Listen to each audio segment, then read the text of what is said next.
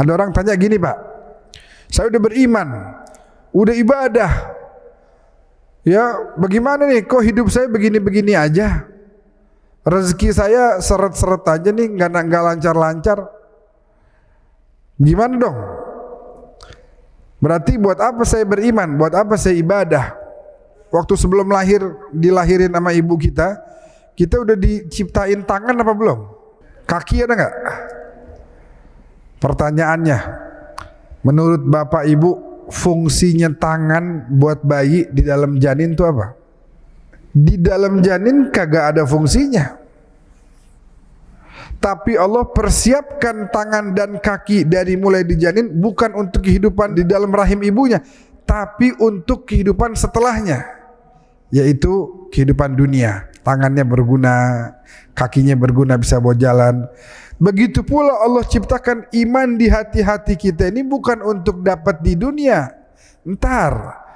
Wa jazahum bima sabaru jannatan wa harira. Balasan buat mereka, orang-orang yang udah sabar di dunia, dapat ujian, hidup sederhana, tenang, kata Allah.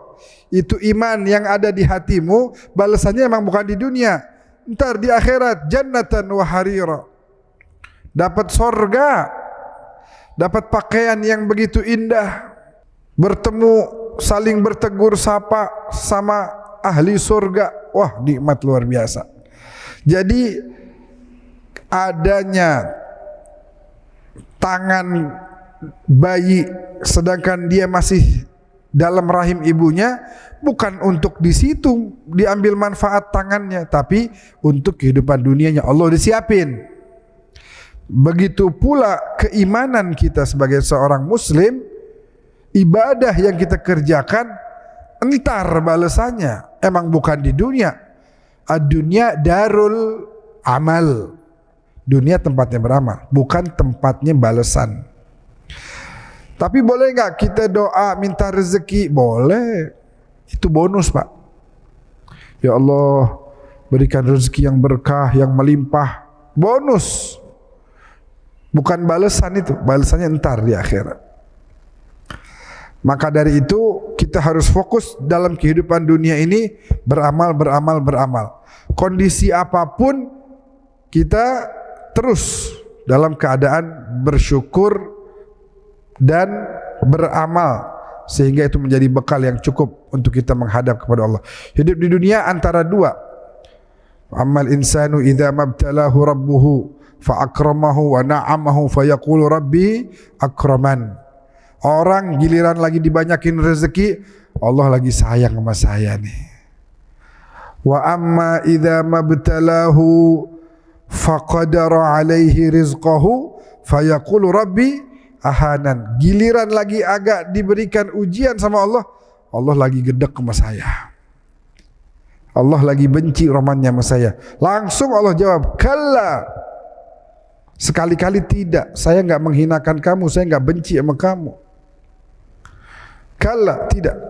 Artinya hidup ini mau kita lagi melimpah rezekinya atau lagi rada seret, itu dua-duanya adalah ujian dari Allah Subhanahu wa taala. Kalau yang banyak duit, kira-kira masih ingat nggak sama ibadah? Kira-kira masih mau nggak nolongin orang? Kira-kira ke masjidnya masih rajin apa enggak? Kira-kira bisa nggak dia tidak meremehkan orang lain yang secara ekonomi di bawah dia? Ujian. Begitu pula yang rezekinya rada seret, ujian. Masih mau nggak bersyukur sama Allah? Masih mau nggak dia perbanyak amal ibadahnya? Sehingga memang sekali lagi dunia ini tempatnya amal. Ingat, bukan di dunia balasan iman kita, ntar di akhirat. Wa jazahum bima sabaru jannatan wa harira.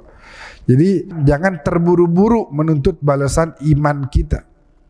Tenang aja, Allah lihat kok, Allah tahu, Allah catat, nggak hilang nggak. Bangun subuh begini orang lain masih pada tidur, kan bangun subuh begini padahal tidur enak banget. Kata Allah, tenang, ntar dibalas di akhirat. Yang sabar, yang tabah, yang istiqomah jalaninnya.